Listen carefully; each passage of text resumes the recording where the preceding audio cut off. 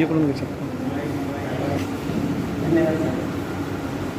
आज 30 ऑगस्ट एक विशिष्ट दिवस आहे. आज विशेष दिन आपण त्याला म्हणतो. आपण असेंब्लीच्या कार्यक्रमामध्ये आजचे विशेष आहे ना असं म्हणतो.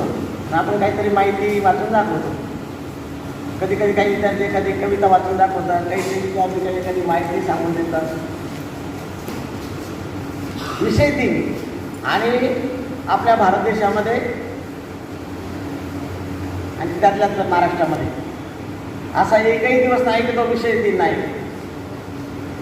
पण आपण त्याच्याकडे दुर्लक्ष करतो. आपल्याला माहीत पण नाही आहे. अशी काही व्यक्तिमत्व आहे की आज 20 ऑगस्ट हा सद्भावना दिवस म्हणून साजरा केला जातो. पूर्ण भारत देशामध्ये 653 नवोदय विद्यालय आज हा सद्भावना दिवस साजरा करतो. का? प्रत्येक गोष्टीचं काहीतरी कारण असतं का साजरा करायचा. 1984 साली इंदिरा गांधींची हत्या झाली आणि सगळ्यात कमी वयाचे प्रधानमंत्री म्हणून राजीव गांधींची नियुक्ती झाली. परंतु दुर्दैवानं 1991 मध्ये राजीव गांधींची हत्या करण्यात आली. ज्यांच्यामुळं आज आपण सगळे एकत्र आहोत, ज्यांनी आपल्या सगळ्यांना एकत्र आणलंय, कोण कोणत्या गावाचा, कोण कोणत्या तालुक्याचा, कोण कोणत्या राज्याचा. केरळच्या मॅडम इथं बसलेले आहेत,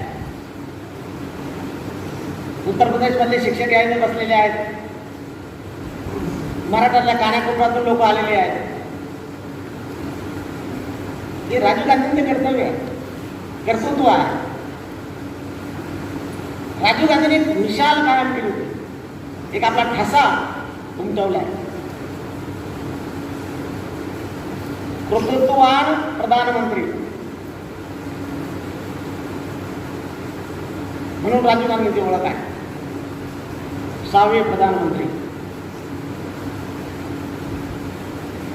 राजीव गांधींनी बऱ्याच आधुनिक सुधारणा सुविधा आपल्यासाठी भारत देशात आणल्या. ते नवोदय विद्यालय असो, टेलिकम्युनिकेशन असो, संगणक प्रणाली असो, हे राजीव गांधींचे कार्य आहे. आधुनिक भारत, माझा भारत हा आधुनिक असला पाहिजे. मी तुम्हाला त्याला आधुनिकतेचे शिल्पकार राजीव गांधी. काय कर्तृत्व आहे माझं. किती कमी वयामध्ये, किती कमी वेळेमध्ये भारताला आधुनिक बनवण्याचं स्वप्न राजीव गांधींनी पाहिलं. आणि त्यासाठी नवोदय विद्यालय सुरू केली. की नवोदय विद्यालयातला प्रत्येक विद्यार्थी हा भारत देशाचा एक नवीन शिल्पकार झाला पाहिजे. त्याचा सर्वांगीण विकास झाला पाहिजे.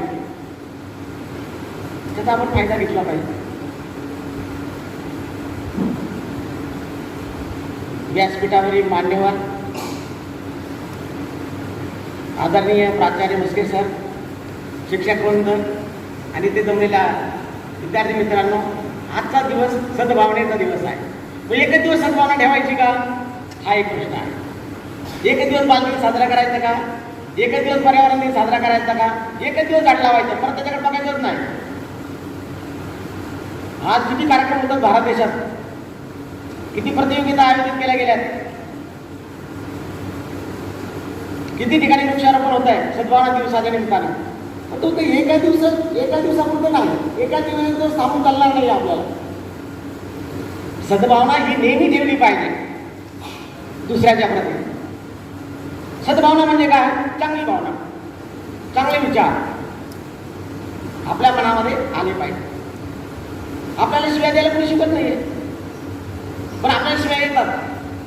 आपल्याला वाईट बोलायला कोणी शिकत नाही. आपली आई म्हणते का, बाळा तू नवोदयमध्ये जा आणि वाईट बोलत जा, हॉस्टेलमध्ये शिव्या देत जा, असं म्हणते का? चांगलं बोला, गोड बोला, मधुर बोला, थोडक्यात बोला, है ना? या गोष्टी लक्षात घ्या. गोड बोला, मधुर बोला, थोडक्यात बोला. मी आता प्राचार्य सरांना विनंती करतो की त्यांनी राजीव गांधीच्या प्रतिमेला पुष्पहार अर्पण करावा. Sir please.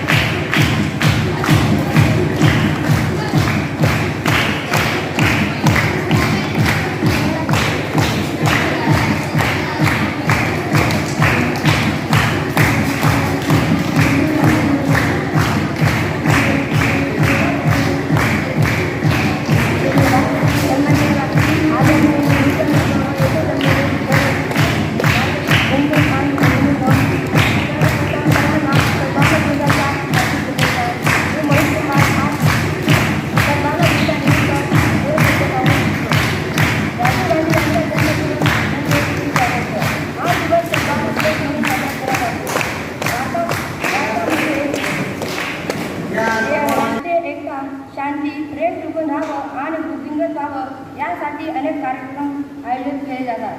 सांस्कृतिक कार्यक्रमांद्वारा देशातील साऱ्या जाती धर्मांमध्ये सलोख्याचे वातावरण निर्माण करण्यासाठी प्रयत्न केले जातात. सद्भावना या शब्दामध्येच त्याचा अर्थ दडलेला आहे. या दिवसाचे औचित्य साधून इतरांप्रती चांगली भावना की याची कामना करा असा हा दिवस. राजीव गांधी यांच्या मृत्यू देखील भयंकर मानवी बॉम्ब सोडा झाला. 1919च्या लोकसभा निवडणूक प्रचारादरम्यान जे या दहशतवादी संघटने मानवी बॉम्बचा वापर करून राजीव गांधींची हत्या घडवून आली. अवघ्या 47व्या वर्षी त्यांनी जगाचा निरोप घेतला. एवढे बोलून मी माझे शब्द संपवतो. जय शिक्षक प्रतिनिधी या नात्यानं मी कुलकर्णी सरांना आपलं मनोगत व्यक्त करण्यासाठी बोलत आहे. Sir please. महोदय, शिक्षक आणि विद्यार्थी मित्रांनो, शुभ सकाळ. आपण सर्वजण श्री राजीव गांधी यांची जयंती साजरी करतो आहे. ही चांगली गोष्ट आहे आणि खरोखर ती दरवर्षी साजरी व्हायलाच पाहिजे. कारण की राजीव गांधींनी जे स्वप्न बघितलं होतं नवोदय विद्यालयाचं, ते सगळे मिळून आपण पुढे नेतो आहे. त्यांची अशी कल्पना होती की ते धून विद्यालयामध्ये शिकलेले होते आणि धून विद्यालयाची प्रतिकृती त्यांना नवोदय विद्यालयामध्ये त्यांना काढायची. म्हणून ग्रामीण भागातील 80% विद्यार्थी आणि 20% विद्यार्थी शहरी विभागातील त्यांनी घेतले आणि आधुनिक शिक्षण देण्याचा त्यांना प्रयत्न केला. आणि खरोखरच ते स्तुत्य आहे. आणि आपण बघतो की त्याचा रिझल्ट काय आहे. अनेक मोठ्या मोठ्या जागांवरती आज नवोदयचे जे विद्यार्थी आहेत ते विद्यार्थी काम करत आहेत. राजीव गांधींचा दृष्टिकोन जो आधुनिक होता. त्यांनी टेक्नॉलॉजी, तंत्रज्ञान याच्यावरती जास्तीत जास्त भर दिला आणि भारताला पुढे नेण्याचा प्रयत्न केला.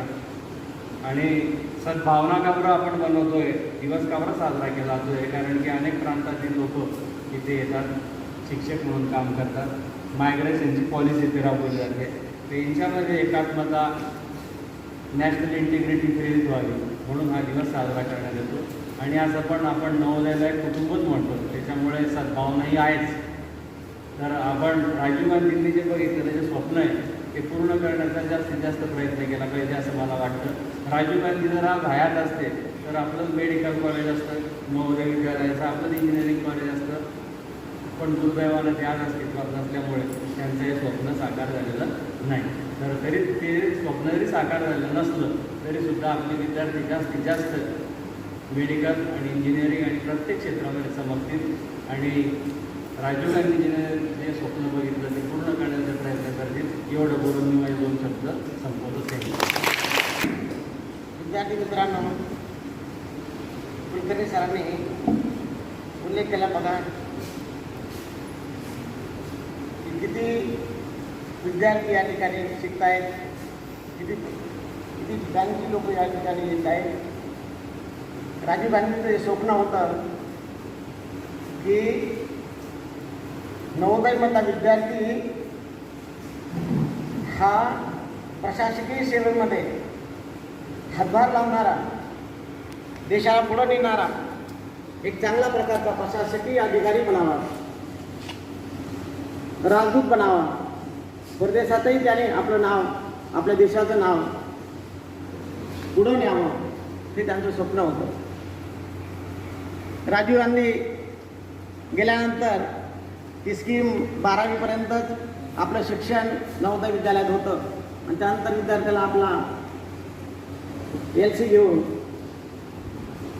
आपल्या घराचा मार्ग अंगीकारावा लागला. 2,89,712 विद्यार्थी आज मी तिला नवोदय विद्यालयात शिकतात. 21,802 कर्मचारी कार्यरत आहेत. 653 विद्यालयात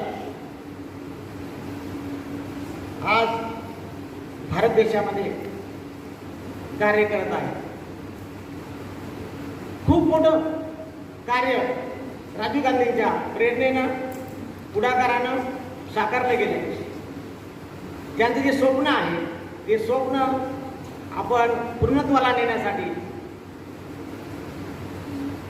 प्रयत्नशील राहायचं आहे.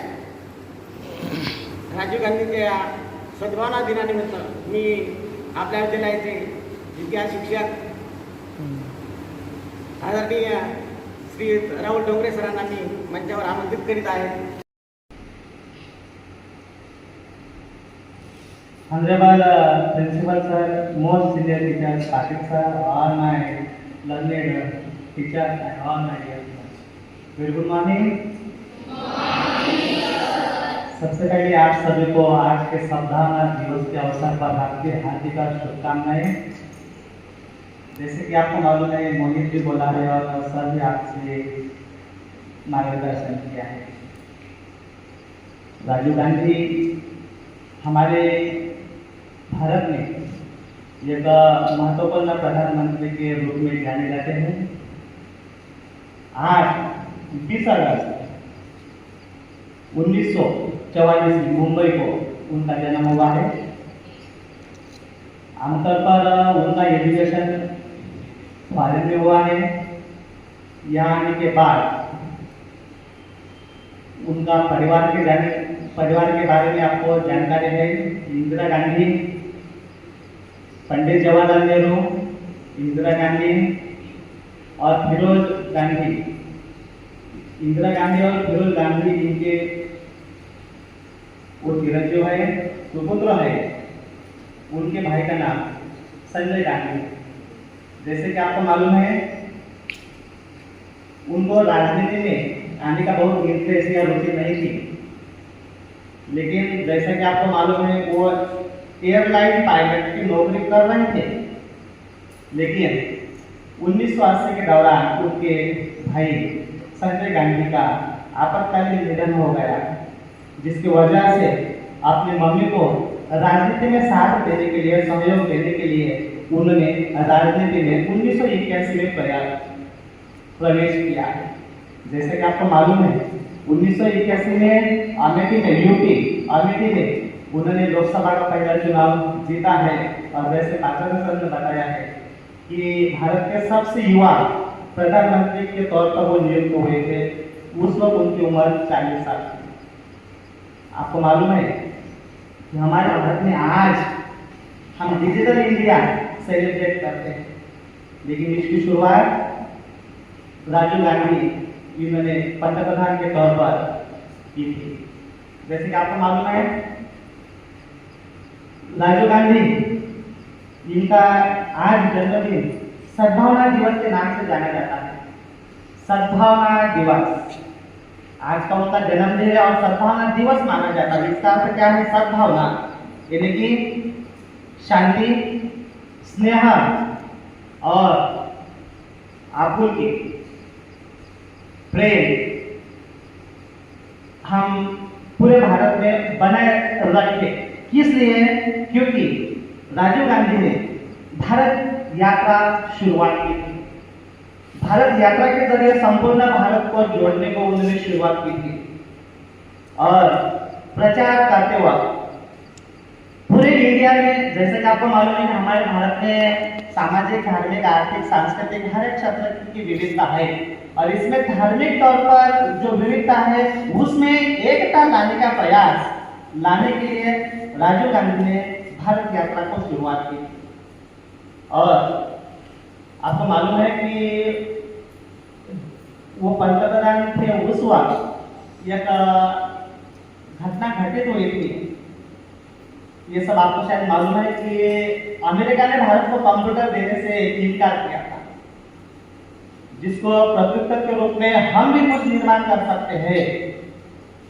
इस तरह से सोच रखा राजीव गांधी ने भारत में आज जिसे हम मीडिया, टेलीकास्ट जिसे हम कह सकते हैं और संचार जिसे हम कह सकते हैं, कम्युनिकेशन, आईटी जिसे हम कह सकते हैं, इंफॉर्मेशन टेक्नोलॉजी, इसकी युग की अगर शुरुआत की अगर हम बात करते हैं तो इसकी शुरुआत इनकी ओर से शुरू हुई है।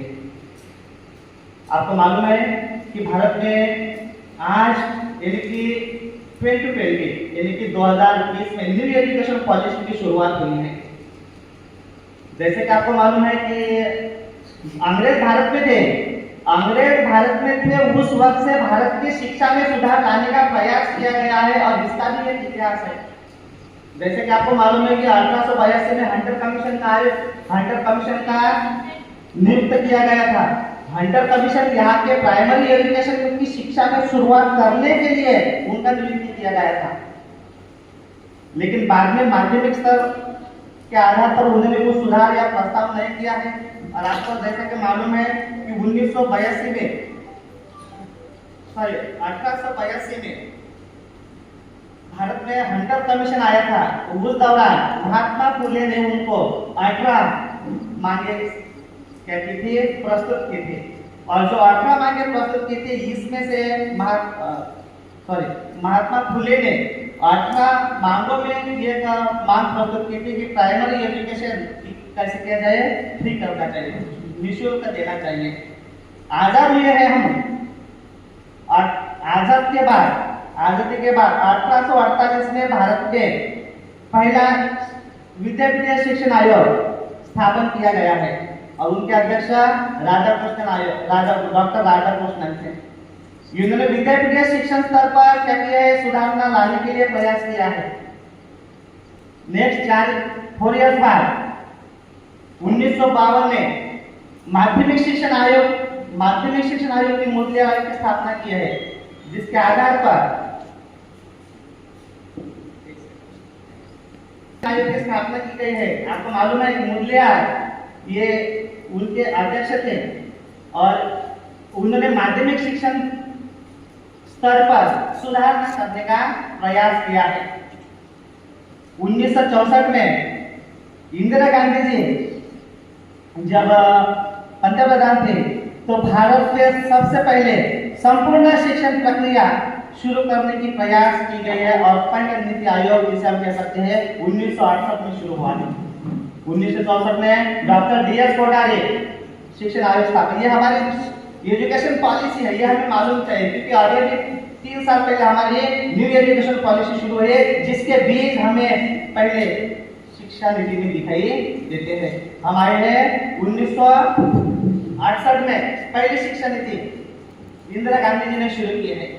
उसके 18 साल बाद आज सद्भावना दिवस जिनका जन्मदिन माना जाता है राजीव गांधी जी, इन्होंने 1986 में पहला संपूर्ण शिक्षण प्रक्रिया में सुधार लाने का प्रयास किया गया है। वो हमारे भारत का दूसरा न्यू एजुकेशन पॉलिसी जिसे हम नई शिक्षा नीति कह सकते हैं। ये पहले ऐसी नीति है भारत की शिक्षा नीति, जिसके तहत न्यू एजुकेशन पॉलिसी शुरू करने के बाद उन्होंने उस नीति में तय किया था कि हमारे भारत में नई शिक्षण संस्था शुरू होनी चाहिए, नई शिक्षण व्यवस्था शुरू होनी चाहिए। ये उन्होंने उस वक्त तय किया था और उसी शिक्षण पॉलिसी के आधार पर भारत में 13 अप्रैल 1986 जिसे हम नवोदय दिवस के नाम से सेलिब्रेट करते हैं।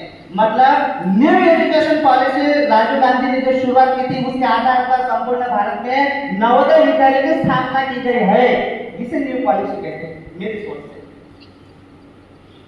नेक्स्ट अभी हम सेलिब्रेट कर रहे हैं न्यू एजुकेशन पॉलिसी 2020। जब नई शिक्षा, मेरी सोच बता देता हूं, न्यू एजुकेशन पॉलिसी 2020 में हमने शुरू की थी। इस न्यू एजुकेशन पॉलिसी के तहत भारत में पीएम स्कूल स्थापित किए जाने वाले हैं या किए जाएंगे, ऐसा भी तय किया था। उसका उद्देश्य था कि न्यू पीएम स्कूल स्थापित किए जाएंगे।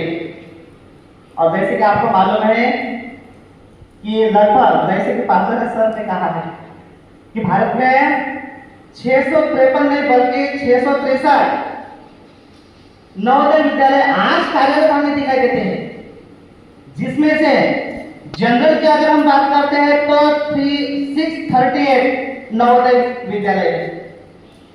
और कैटेगरी वाइज की बात करते हैं तो जिस एरिया में एसटी कैटेगरी की आबादी बहुत ज्यादा तादाद में उपस्थित है, ऐसे 10 नवोदय विद्यालय है एसटी कैटेगरी के।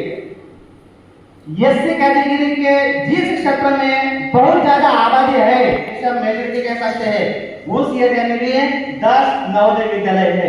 मतलब 638 प्लस 20 प्लस 3 जो विद्यालय है वो मणिपुर इस एरिया में दिखाई देते हैं। मतलब इस तरह से आपको 663 नवोदय विद्यालय भारत में कार्यरत हमें दिखाई देते हैं। सर ने कहा है कि किस तरह से यहाँ पर छात्र और टीचर्स कितने तादाद में उपलब्ध है। इसका कारण आज सद्भावना दिवस इसलिए माना जाता है क्योंकि भारत में जिस तरह से विविधता है उस विविधता में एकता है दिखाने के लिए।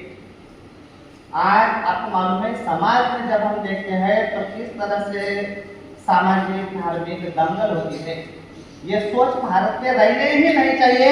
इसके लिए भारत में यह सद्भावना दिवस माना जाता है, सिर्फ दिखावा करने के लिए नहीं है। इसलिए जिस दिन, जो भी दिन हमारे स्कूल में नहीं बल्कि कहीं पर भी अगर सेलिब्रेट किया जाता है तो उसके सामने कुछ तत्व रहता है। वो तत्व अगर हम में अगर आत्मसात करते हैं तो वही उसी वक्त हम वो सेलिब्रेट करते हैं, ना कि सिर्फ दूसरों को बताने के लिए, ना ही दिखावा करने के लिए। जैसे कि आपको मालूम है राजीव गांधी जी ने जब भारत यात्रा का आयोजन किया गया तो उस दौरान अपने 1991 में प्रचार और प्रसार करने के लिए पूरे भारत में निकले थे। तो तमिलनाडु में जब वो यात्रा का प्रचार और प्रसार के दौरान श्रीपेरुम्बदूर तमिलनाडु, यहाँ पर मानवीबाम, जैसा कि मोहित ने कहा है, मानवीबाम यानी कि एक महिलाओं को उनका सत्कार करने के लिए भेज दिया था। जैसे ही राजीव गांधी का उन्होंने स्वागत किया तो उसमें 18 लोगों की मौत भी हो गई। आज भी उसके बारे में तहकीकात शुरू है। जब 2018 में ये केस दोबारा सीबीआई ने सुप्रीम कोर्ट को ये दोबारा केस शुरू करने के लिए कहा था तो सुप्रीम कोर्ट ने सीबीआई को फटकार दिया और कहा कि 13 साल बाद ये केस क्यों आपको ओपन करना है। 13 साल तक क्या किया और बाद में वो केस क्या कर दिया, बंद किया।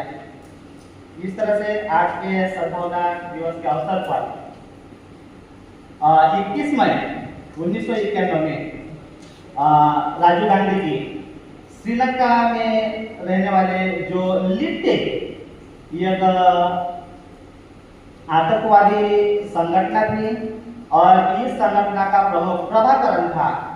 जैसे कि आपको मालूम है कि ये जो संस्था है लोगों में दहशत निर्माण करने का प्रयास करते हैं और राजीव गांधी ने श्रीलंका में राजनीतिक स्थिति को कुछ यहाँ पर स्थिरता निर्माण करने का प्रयास किया गया, जिसके तहत प्रभाकर ने उनके साथ व्यक्तिगत विरोध अपनाकर माना जाता है कि ऐसा ये हत्याकांड किया है। इस अवसर पर मेरे 16 शब्द में जो मुझे कहने का जो अवसर दिया है, मेरे वो वाणी को पूर्ण विराम देता हूँ और मुझे कहने के लिए जो है उसको धन्यवाद भी व्यक्त करता हूँ। जय हिंद। आज हम सभी भारतवर्ष में स्वर्गीय राजीव गांधी की जयंती का उत्सव मना रहे हैं। निश्चित रूप से ये जो नवोदय नाम की कल्पना थी, है ना, ये कल्पना के कारण ही आज हम यहाँ हैं। किसी को ये तो नहीं आ रहेगा, अभी प्रश्न है भी कुछ तो आवाज दे रहे, सब मालूम मुझे, है ना, ये आप कर रहे होगा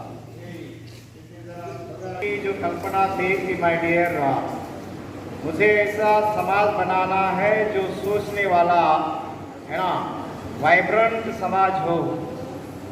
अरे सभी सुन रहे हैं? Just I will take half minute, okay, ज़्यादा नहीं। रियांसी